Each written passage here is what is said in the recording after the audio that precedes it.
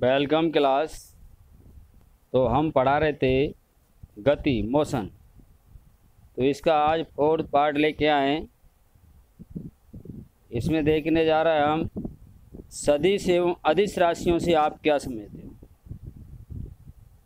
सदिश एवं अदिश राशियाँ, प्रत्येक को एक एक उदाहरण देकर समझाइए।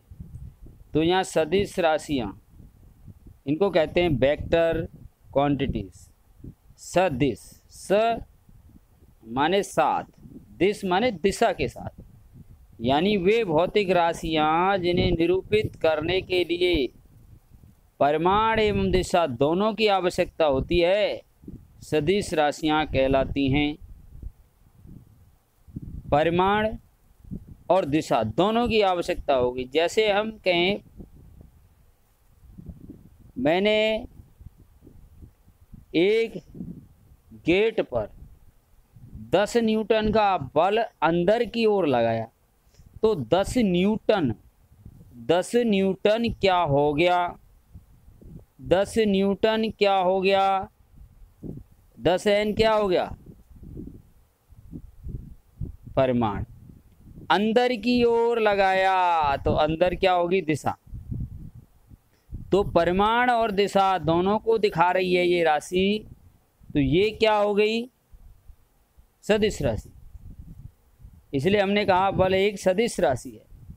तो वे भौतिक राशियां जिन्हें निरूपित करने के लिए परिमाण और दिशा दोनों की आवश्यकता होगी, सदिश कहलाएंगी।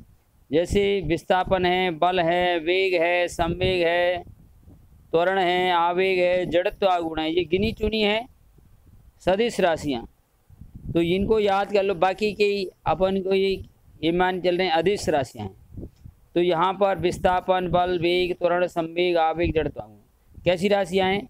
सदिश राशियाँ। इन्हें व्यक्त करने के लिए क्या होता है? परिमाण और दिशा दोनों की आवश्यकता होती है, वो होगी सदिश, वेक्टर क्वांटिटी। और दूसरी आती है अदिश राशियाँ। ए माने नहीं, दिश माने दिशा। ऐसी वे भौतिक राशियाँ जो दिशा का बोध नहीं कराएंगी, यानी परिमाण तो होगा सब में। जैसे दूरी, जैसे हम कहें मैं 20 मीटर चला, 20 मीटर चला, मैं 20 मीटर चला, तो 20 मीटर ये नहीं लिख रहा किधर चला, तो 20 मीटर क्या है? परिमाण। तो ये क्या है? दूरी। दूरी बराबर 20 मीटर। तो ये भौतिक राशियाँ, वे भौतिक राशियाँ जो केवल परिमाण को व्यक्त कर रही हैं। मैं 20 मीटर आगे पीछे, पूर्व पश्चिम, पूर्व की ओर चला, पूर्व की ओर जोड़ दें तो ये क्या होगी? अब क्या हो जाएगी? दूरी नहीं हो जाएगा, ये विस्थापन हो जाएगा। अब ये सदिश राशि बन जाएगी। ये 20 मीटर क्या हो गया? परिमाण। और पूर्व की ओर क्या हो गई? दिशा। तो ये अब विस्थापन बन गया। तो विस्थापन इसलिए सदिश है। समझ गए? तो जो केवल परिमाण को व्यक्त करेगी वो तो होगी अदिश, और परिमाण और दिशा दोनों का बोध कराएगी वो होगी सदिश। तो वे भौतिक राशियाँ जिन्हें निरूपित करने के लिए परिमाण और दिशा दोनों की आवश्यकता होती है वो तो सदिश। जिन्हें केवल परिमाण की आवश्यकता होगी वो अदिश। जैसे दूरी, चाल, दाब, विद्युत धारा, ऊर्जा, विभव, ये सारी अदिश राशियाँ हैं। इनके अलावा बहुत सारी अदिश राशियाँ हैं। तो सदिश राशियों को आपको ध्यान में रखना है। अब नेक्स्ट क्वेश्चन है चाल। चाल एवं वेग को परिभाषित कीजिए। चाल, स्पीड और वेग को परिभाषित कीजिए। चाल और वेग सामान्यतः हम एक जैसा ही मान के चलते हैं, लेकिन आज इनमें अंतर पड़ेगी। तो यहाँ पर देखना है किसी गतिशील वस्तु द्वारा, कोई गतिशील वस्तु कर रही है, जैसे तुम्हारी बाइक चल रही है, इकाई समय में, इकाई समय मतलब 1 सेकंड, 1 मिनट, 1 घंटा, इकाई समय में या कहें हम एकांक समय में तय की गई दूरी को चाल कहें। कोई वस्तु जैसे आपकी मोटरसाइकिल 1 सेकंड में कितनी दूरी तय करी? 10 मीटर। तो उसकी क्या होगी? 10 मीटर पर सेकंड चाल। आप इकाई समय यानी 1 घंटा में आपने अपनी बाइक से 40 किलोमीटर दूरी की तय की, तो आपकी बाइक की चाल होगी 40 किलोमीटर प्रति घंटा। आया दिमाग में? इकाई समय में तय की गई दूरी को क्या कहते हैं? चाल। इसे क्या v से प्रदर्शित करते हैं, स्मॉल v, छोटी v से प्रदर्शित करते हैं। मान लीजिए यदि किसी वस्तु द्वारा t समय में तय की गई दूरी d है तो चाल का ये क्या है? सूत्र। चाल का सूत्र क्या होता है? चाल बराबर दूरी बटे समय। क्या होगा? चाल बराबर दूरी बटे समय।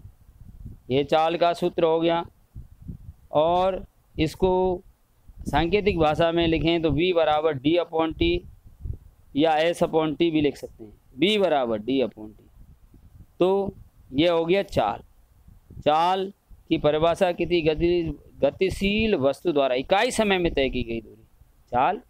ये चाल का सूत्र हो गया। ये हिंदी में, ये सांकेतिक भाषा में। अब हम लेते हैं चाल का मात्रक क्या है। चाल को किस में मापते हैं? चाल का ऐसा ही मात्रक क्या है जो पूरे विश्व में चलता है? तो यहाँ देख ला, दूरी ऊपर क्या है? दूरी। तो दूरी का मात्रक बच्चों क्या होता है? मीटर। और नीचे क्या लिख रहा है? समय। तो समय का मात्रक क्या होता है? सेकंड। तो मीटर प्रति सेकंड इसका मात्रक हो गया। चाल का मात्रक क्या हो गया? मीटर प्रति सेकंड। इसको ऐसे भी लिख सकते हैं, एम पर एस, और इसको एम एस की पावर -1 भी लिख सकते हैं, और इसको एम ऑब्लिक एस ऐसे भी लिख सकते हैं। ये लिखने के अलग अलग तरीके हैं, ये एक ही चीज़ है तीनों चारों।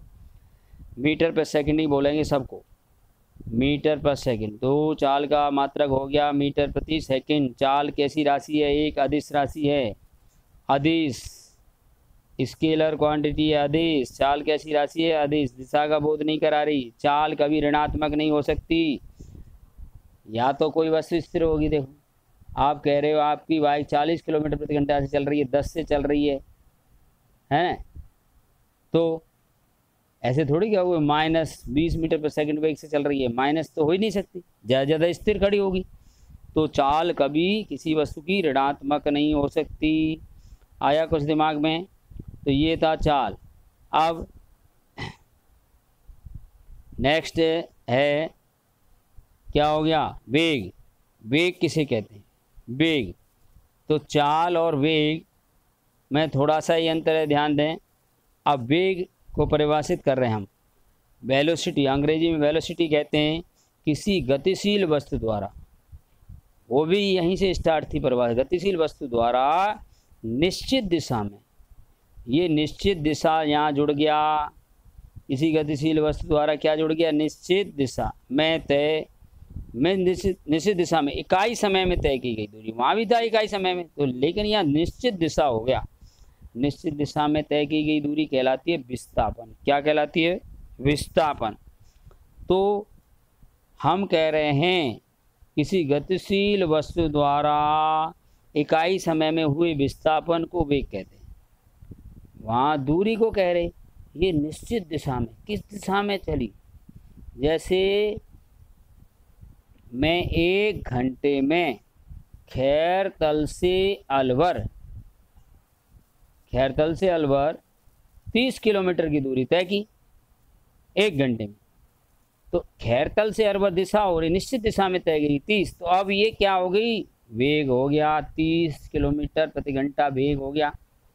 मैंने 30 किलोमीटर की दूरी तय की, अब दिशा नहीं बताया, तो ये हो गई चाल। सुन रहे हो ना? चाल और वेग में ये अंतर होता है। तो यहाँ पर वेग दिशा को बताता है, इसलिए वेग कैसी राशि होगी? सदिश। इसको वेक्टर v से प्रदर्शित करते हैं। इसमें v के ऊपर क्या कर देते हैं? ये एरो का साइन लगा देते हैं। उसमें चाल को हमने v से दिखाया।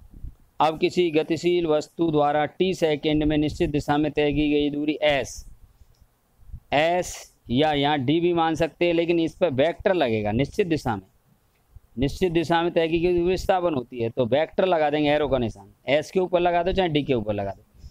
तो वेग बराबर होता है विस्थापन बटे समय। वेग होता है v = d/t। v को इसमें यहाँ पर देखो, v के ऊपर वेक्टर, d के ऊपर वेक्टर लग रहा है। तो और इसका भी मात्रक, विस्थापन का मात्रक क्या होगा? मीटर। और समय का मात्रक क्या होता है? सेकंड। तो इसका भी मात्रक क्या हो जाएगा? मीटर प्रति सेकंड। दोनों एक ही चीज़। विस्थापन भी दूरी थी भाई, एक तरह की डिस्टेंस, और ये वेग और दूरी भी। तो इसका मात्रक भी क्या होता है, मीटर प्रति सेकंड ही होता है। तो इसको एम पर एस ऐसे लिख दो, चाहे ऐसे लिख दो, एक ही चीज़ है। तो यानी दोनों के मात्रक समान हैं, सूत्र अलग अलग हैं। वेग एक सदिश राशि है, ये वेक्टर क्वांटिटी है, कैसी है, सदिश। और चाल कैसी थी, अदिश। वेग, किसी वस्तु का वेग ऋणात्मक भी हो सकता है, शून्य भी हो सकता है, और धनात्मक भी हो सकता है, ध्यान रख लो। और चाल कभी ऋणात्मक नहीं होती, चाल हमेशा धनात्मक होगी, ध्यान रखो। ये वेग ऋणात्मक भी हो सकता है, शून्य भी हो सकता है, और धनात्मक भी हो सकता है। दोनों में अंतर आए तो अंतर लिख सकते हैं। तो बार बार कहा जा रहा है आपको, एक नई कॉपी बनाइए, रजिस्टर बनाइए, उसमें साफ साफ लिखना है और लर्न भी करते रहना है साथ साथ। Thank you, have a nice day. मिलते हैं नेक्स्ट वीडियो में।